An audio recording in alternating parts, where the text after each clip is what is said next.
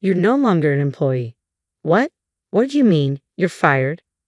For 2 decades, I dedicated myself to the family business, working alongside my in-laws. Then one day, my husband dropped the bombshell. I was out of a job, dismissed unceremoniously in the wake of my father-in-law's passing. The reason?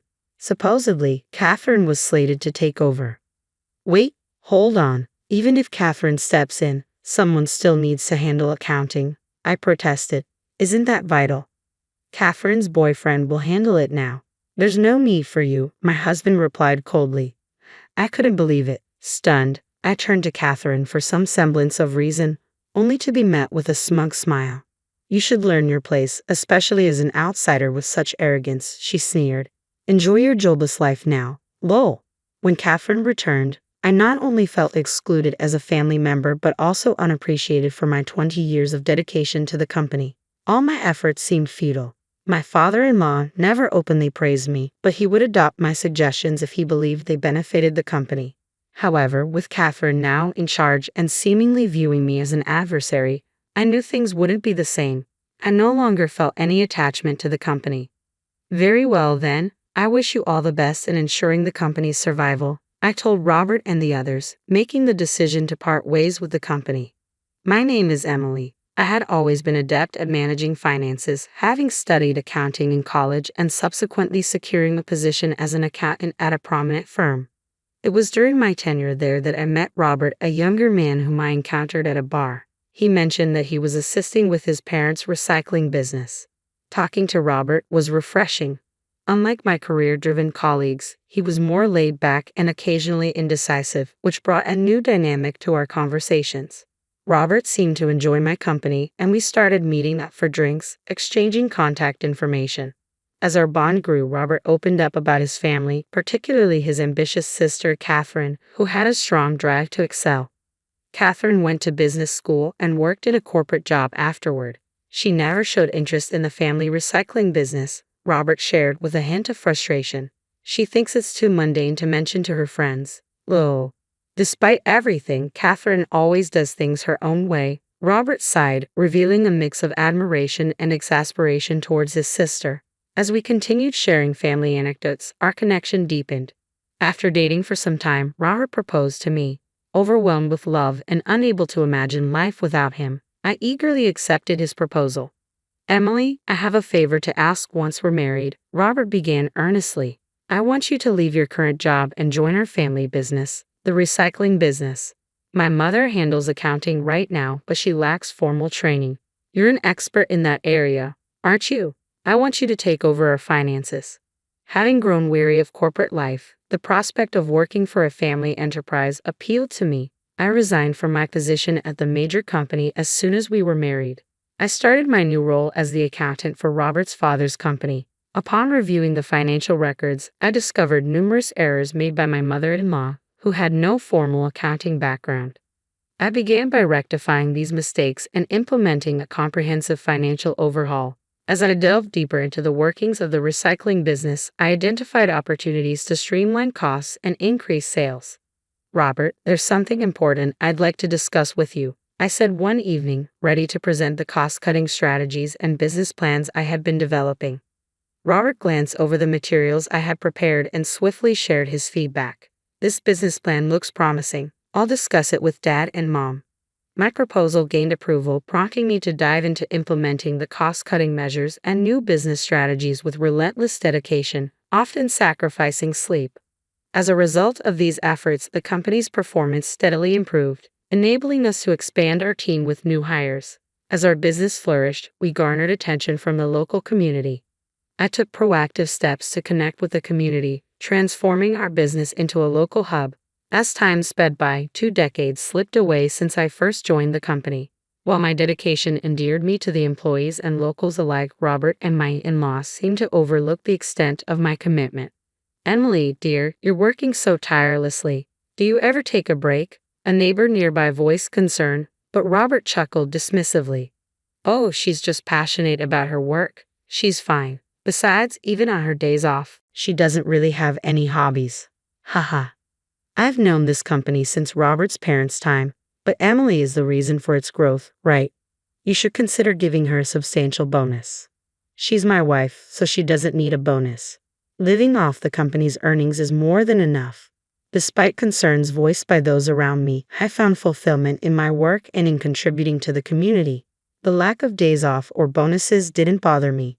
What did concern me, however, was Robert's frequent late nights out. Robert, you've been going out a lot at night lately. Where are you going?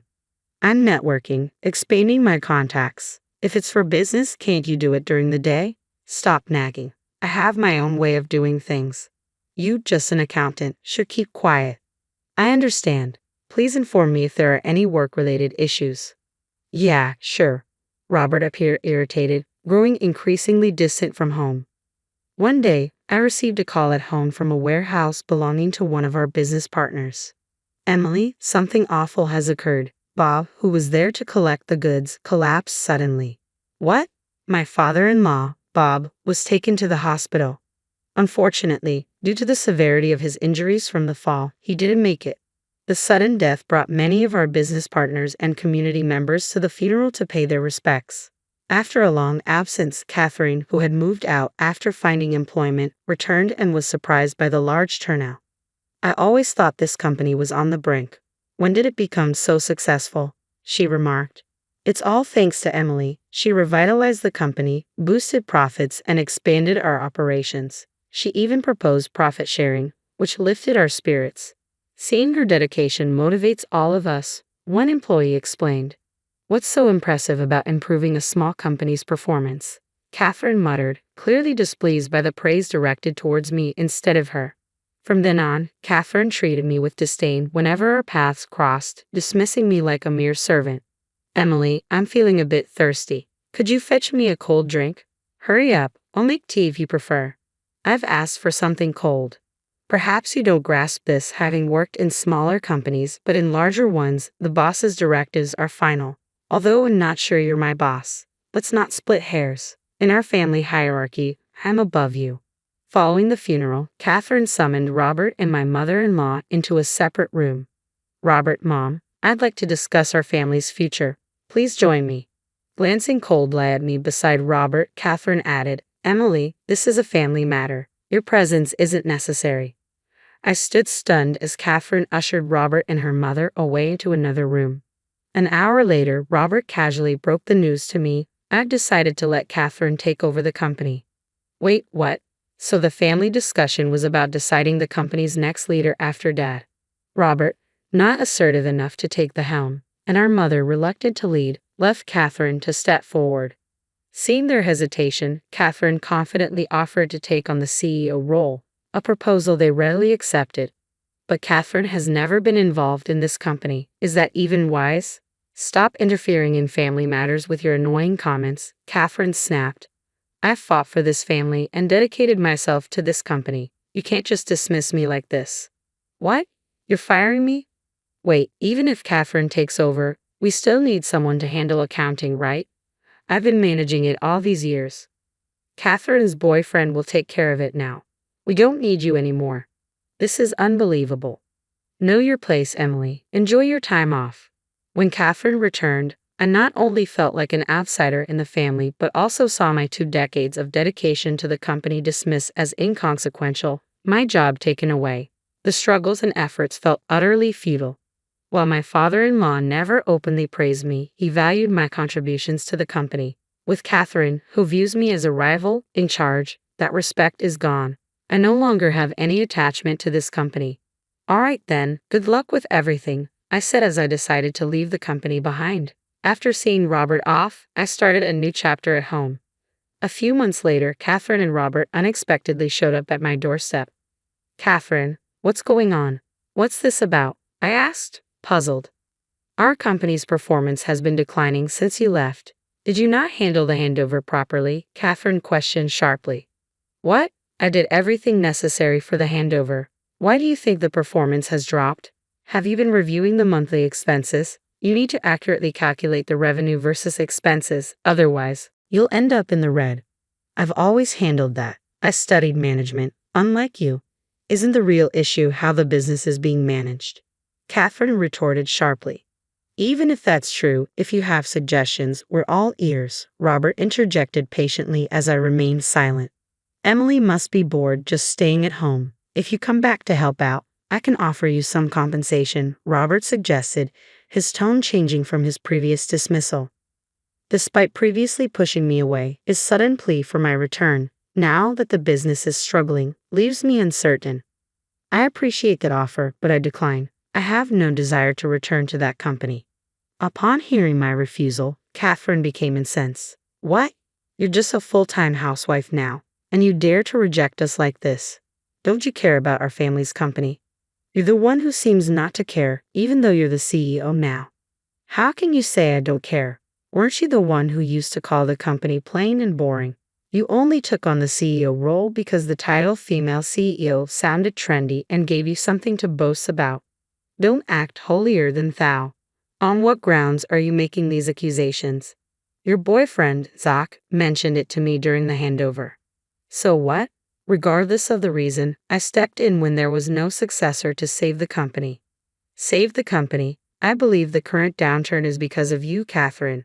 What do you mean? I often hear neighborhood customers gossiping during the day while I'm at home. They've seen you shopping with Zach and even traveling during work hours. Those were business trips. In my 20 years at the company, I've never known an accountant to go on business trips. Can you specify which clients you were meeting? Why should I disclose that to you? You're not part of the company anymore.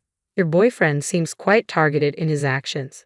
During the transition, he bragged about using company funds for shopping and travel. Now that his girlfriend is CEO. Catherine's expression twisted with anger. Zach, he can't keep his mouth shut. Employees won't respect a CEO who appoints her boyfriend as accountant and misuses company funds. Isn't the issue with your actions and those of your boyfriend? My words elicited a sharp glare from Catherine. Catherine, is this true? If so, it could be considered embezzlement. That's not true. She's just making baseless accusations. Then let's audit the accounts.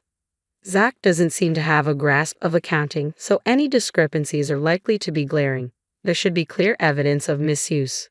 Catherine's face drained of color at the suggestion. Seeing her reaction, Robert turned on her. Appointing you CEO was a mistake. I'll inform Mom and have you removed.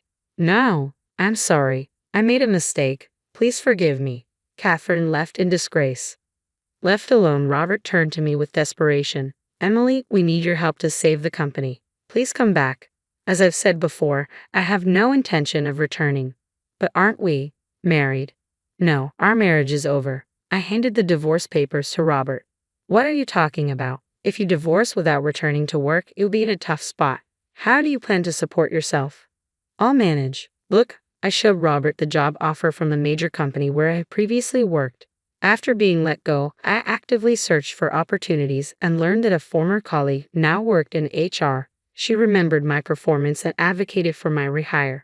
Just because I found a job doesn't mean we have to divorce. No, there's a reason for the divorce. I've been worried about you coming home late since just before your father passed away, so I hired a detective agency to investigate you these past months. They found plenty of evidence of your affairs. I handed Robert a photo showing you with an unknown woman. What is this? If there's proof of an affair, I'll be seeking alimony from you. With undeniable evidence before him, Robert had no choice but to agree to my terms. He signed both the divorce papers and the alimony agreement. With those documents in hand, I packed my belongings and left our home. Later on, Robert and his mother removed Catherine from her position, making Robert the company president. Simultaneously, they terminated Zach, and his mother resumed her former role in accounting. After her dismissal, Catherine struggled to secure another job, hindered by her high expectations. She eventually settled for a part-time position, becoming the subject of mockery among her social circle.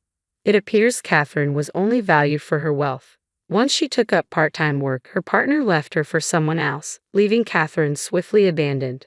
Under Robert's ineffectual leadership and his mother's lack of accounting expertise, the company's performance plummeted. Employees departed, and the company eventually went bankrupt. Robert and his mother found themselves overwhelmed by debt. Rumor had it that Robert's mistress disappeared upon learning of his financial ruin. Robert, inexperienced in corporate work, struggled to secure only part-time jobs and faced challenges in repaying his debts. He also had the responsibility of caring for his elderly mother, who couldn't work even part-time, making life difficult for them both. Meanwhile, I reacquired my former skills and am performing effectively at the major company. My return has been welcomed by former colleagues who appreciate my contributions, and I'm duly recognized and rewarded for my dedication. Finding myself valued and respected for my work reaffirms that my rightful place is where I am needed. I am committed to continuing to work diligently to meet the expectations of those who rely on me.